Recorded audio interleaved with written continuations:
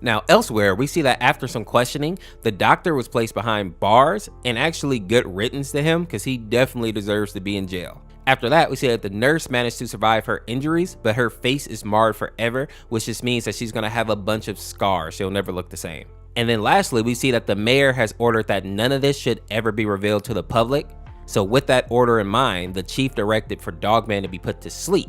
But the scientists in this AU basically ignored those orders because they felt like if they could just get Dogman under control, they could make so many more breakthroughs in science. And while he may not be dead, Dogman did wake up and was immediately forced to undergo a ton of testing, with the primary goal being to get him to follow orders. But it looks like some of the methods that they are using are a bit brutal and are just more akin to torture straight up. But since Greg was, and I suppose still is, a smart dog, he is learning quickly, but he is also becoming terrified of almost everything, but especially humans. So at this point, all he really does is just sit and rub his own head because the hand that he's using used to belong to Night.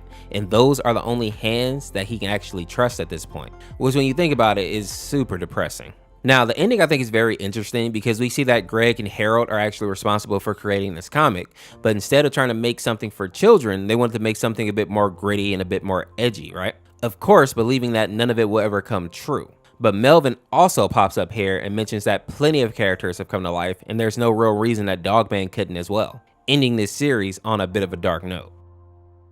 All in all, I think this AU was very well done, and I especially like the fact that Dogman really didn't even want to hurt anybody. They were simply confused, scared, and trying to find somewhere safe or at least a friendly face. And it feels like the doctors and the scientists really dropped the ball when it comes to that aspect.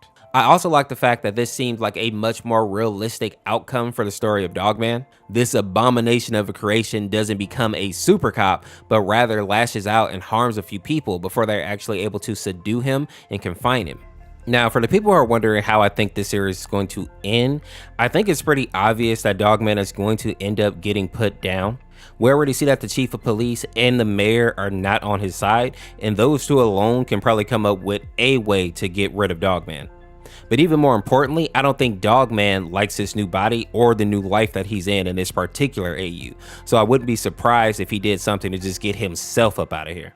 Go ahead and put your theories down in the comments because I'm curious to see what you guys think.